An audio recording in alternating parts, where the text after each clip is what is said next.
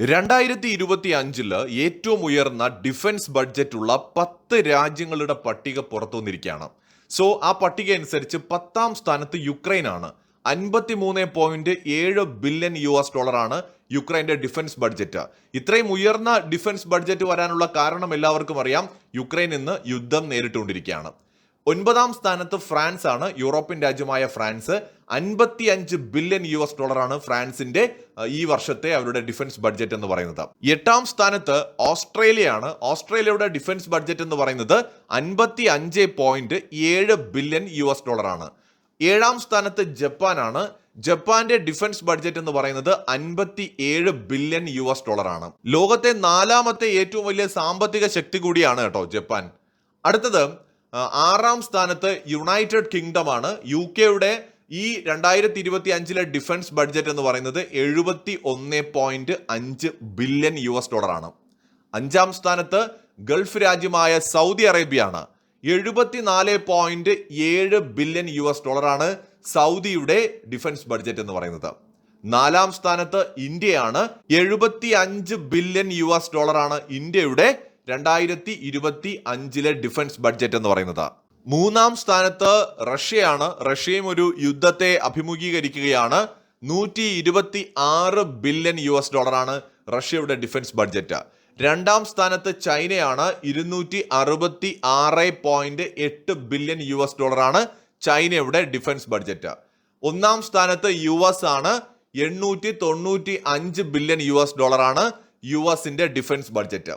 So ഇതിൽ നമ്മുടെ ഇന്ത്യയുടെ ഡിഫൻസ് ബഡ്ജറ്റ് നമ്മൾ നോക്കുമ്പോൾ അത്യാവശ്യം ഭേദപ്പെട്ട ഒരു ഡിഫൻസ് ബഡ്ജറ്റ് തന്നെയാണ് ഇന്ത്യയുടേത്. കാരണം നമ്മുടെ ടോട്ടൽ GDP എന്ന് പറയുന്നത് ഒരു 4.2 ട്രില്യൺ US ഡോളറാണ്. ഇപ്പോൾ ചൈനയുടെ ടോട്ടൽ GDP എത്രയാണ്? 18.9, ഏതാണ്ട് 19 ട്രില്യൺ US ഡോളറാണ്. പക്ഷെ അവരുടെ ഡിഫൻസ് ബഡ്ജറ്റ് എന്ന് പറയുന്നത് 266.8 ബില്യൺ മാത്രമേ ഉള്ളൂ. അങ്ങനെ നോക്കുമ്പോൾ ഇന്ത്യയുടെ ഏകദേശം 4 മുതൽ 5 മടങ്ങ് വരെ ഉണ്ട് ചൈനയുടെ ടോട്ടൽ GDP എന്ന് പറയുന്നത്. അങ്ങനെ വരുമ്പോൾ ചൈനയുടെ ഡിഫൻസ് ബഡ്ജറ്റ് ഇന്ത്യയുടെ ഒരു 5 മടങ്ങൊക്കെ വരേണ്ടതാണ്. പക്ഷെ അത്രയും വന്നിട്ടില്ല. അപ്പോൾ ഇന്ത്യയുടെ ഡിഫൻസ് ബഡ്ജറ്റ് ഭേദപ്പെട്ട ഡിഫൻസ് ബഡ്ജറ്റ് തന്നെയാണ്. US-ന്റെ ടോട്ടൽ GDP ഏതാണ്ട് 30 ട്രില്യൺ US ഡോളറാണ്.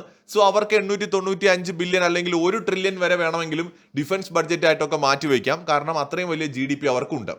അപ്പോൾ ഇതാണ് ഈ 2025 ഡിഫൻസ് ബഡ്ജറ്റ് എന്ന് പറയുന്നത്. ഇന്ത്യ 4th റാങ്കിങ്ങിലേക്കാണ് എത്തിയിരിക്കുന്നത്. ഇന്ത്യയുടെ അയൽ രാജ്യമായ പാകിസ്ഥാൻ അതുപോലെ ബംഗ്ലാദേശ് ഒക്കെ വളരെ തുച്ഛമായ ഡിഫൻസ് ബഡ്ജറ്റ് ഉള്ള രാജ്യങ്ങളാണ്. പാകിസ്ഥാന്റെ ഒക്കെ ഡിഫൻസ് ബഡ്ജറ്റ് 7-8 ബില്യൺ ഒക്കെയാണ് മാക്സിമം, അതിനപ്പുറമൊന്നുമില്ല. അപ്പോൾ വളരെ തുച്ഛമായിട്ടുള്ള ഡിഫൻസ് ബഡ്ജറ്റ് ഉള്ള രാജ്യങ്ങളാണ് ബംഗ്ലാദേശും പാകിസ്ഥാനും ഒക്കെ. പാകിസ്ഥാൻ ഇപ്പോൾ ചെയ്യുന്ന പണി എന്താണെന്ന് വെച്ചാൽ ചൈന എന്തെങ്കിലുമൊക്കെ ഉണ്ടാക്കി വെച്ചിട്ട് ചൈനയ്ക്ക് വേണ്ടാത്ത കുറച്ച് സാധനങ്ങളൊക്കെ ഉണ്ടാവും. ഇതൊക്കെ വില കുറച്ച് കിട്ടുന്ന സാധനങ്ങൾ വാങ്ങി വെക്കുക എന്നുള്ളതാണ് പാകിസ്ഥാന്റെ പരിപാടി. ബംഗ്ലാദേശിന്റെ കാര്യം നോക്കുകയാണെങ്കിൽ ജാംബവാന്റെ കാലത്തുള്ള തോക്കും ബോംബും കൊണ്ടുവന്നിട്ട് ഇന്ത്യ മൂക്കിൽ വലിച്ച് കയറ്റുമെന്നും പറഞ്ഞുകൊണ്ടൊക്കെയാണ് നിന്നത്. പക്ഷേ ഇപ്പോൾ അരാക്കൻ ആർമി എന്ന് പറയുന്ന റഖൈൻ സ്റ്റേറ്റിലെ മ്യാൻമാറിലെ റഖൈൻ സ്റ്റേറ്റിലെ ആർമിയുടെ അടുത്ത് പോലും മുട്ടാൻ പറ്റാതെ പേടിച്ച് മാളത്തിൽ ഒളിച്ചിരിക്കുന്ന പട്ടാളമാണ് ബംഗ്ലാദേശിന്റെ പട്ടാളം. ഇവരുടെ ദൗർബല്യം എത്രത്തോളം ഉണ്ടെന്ന് അറിയണമെങ്കിൽ ഈ വലിയ കലാപം ബംഗ്ലാദേശിൽ ഉണ്ടായല്ലോ. കലാപം കണ്ട് ഈ വിദ്യാർത്ഥികളെ കണ്ട് പേടിച്ച് ഓടി ഒളിച്ചവരാണ് ഈ ബംഗ്ലാദേശികൾ, പട്ടാളക്കാര് ബംഗ്ലാദേശിലെ. അപ്പൊ അവരുടെ പോരാട്ട വീര്യത്തെക്കുറിച്ചൊക്കെ വല്ലാണ്ട് പറയാതിരിക്കുന്നതാണ് നല്ലത്. ഇപ്പൊ യുക്രൈൻ എന്ന് പറയുന്ന രാജ്യം റഷ്യയോട് ചെറുത്ത് നിൽക്കുന്നതിനെയൊക്കെ ഉപമിച്ചുകൊണ്ട് ഇന്ത്യ അങ്ങ് മൂക്കി വലിച്ച് കയറ്റിക്കളയുമെന്നൊക്കെയാണ് പറയുന്നത്. ഇത് ഇവർ മനസ്സിലാക്കാത്ത കാര്യം, യുക്രൈൻ സ്വയം വളരെ പവർഫുൾ ആയിട്ടുള്ള ഒരു രാജ്യം തന്നെയായിരുന്നു. പഴയ സോവിയറ്റിന്റെ ഭാഗമായിരുന്നു യുക്രൈൻ. സോവിയറ്റ് യൂണിയനെ ശക്തമാക്കിയതിൽ വലിയ സാങ്കേതിക വിദ്യാപരമായിട്ട് വലിയ പങ്കാളിത്തം യുക്രൈൻ ഉണ്ടായിരുന്നു. അവര് ടെക്നോളജിയിലൊക്കെ വളരെ മുന്നിൽ തന്നെയായിരുന്നു പല മേഖലയിലും. മറ്റൊന്ന് അമേരിക്കയുടെയും യൂറോപ്യൻ രാജ്യങ്ങളുടെയും പിന്തുണയാണ് യുക്രൈനെ ഇത്രയും പിടിച്ചു നിർത്തിയത് എന്നുള്ളതാണ്. എന്നാൽ ഈ ബംഗ്ലാദേശിനെ പിന്തുണയ്ക്കാൻ ആരാണ് വരുന്നത്? സത്യത്തിൽ അമേരിക്കൻ പ്രസിഡന്റിന് ബംഗ്ലാദേശ് എന്ന് പറയുന്ന ഒരു രാജ്യമുണ്ടെന്ന് പോലും അയാൾ മനസ്സിലാക്കിയത് വളരെ വൈകിയാണ്. ട്രംപിന്റെ കാര്യമാണ്. ഞാൻ മുമ്പ് ഒരു വീഡിയോ പറഞ്ഞിട്ടുണ്ട്. ട്രംപ് ആദ്യം വിചാരിച്ചിരുന്നത് ഈ ബംഗ്ലാദേശും നേപ്പാളും ഭൂട്ടാനും ഒക്കെ ഇന്ത്യയുടെ ഏതോ സ്റ്റേറ്റ് ആണെന്നാണ്. കാരണം പല ഇന്ത്യയുടെ മാപ്പുകൾ എടുക്കുമ്പോഴും അതിനകത്ത് ഈ രാജ്യങ്ങൾ കൂടി ഉൾപ്പെടാറുണ്ട്. അപ്പൊ ഇന്ത്യയുടെ ഭാഗമാണെന്നാണ് ട്രംപ് സത്യത്തിൽ വിചാരിച്ചിരുന്നത്. അപ്പൊ ഇപ്പോഴാണ് ട്രംപിന് ഇങ്ങനെ ഒരു രാജ്യം ഉണ്ടെന്ന് പോലും അറിയാവുന്നത്. അതിനൊന്നും ഞാൻ മെനക്കെടാനൊന്നുമില്ല, അതാ മോഡി നോക്കിക്കോളൂ എന്ന് പറഞ്ഞതും അതുകൊണ്ടാ.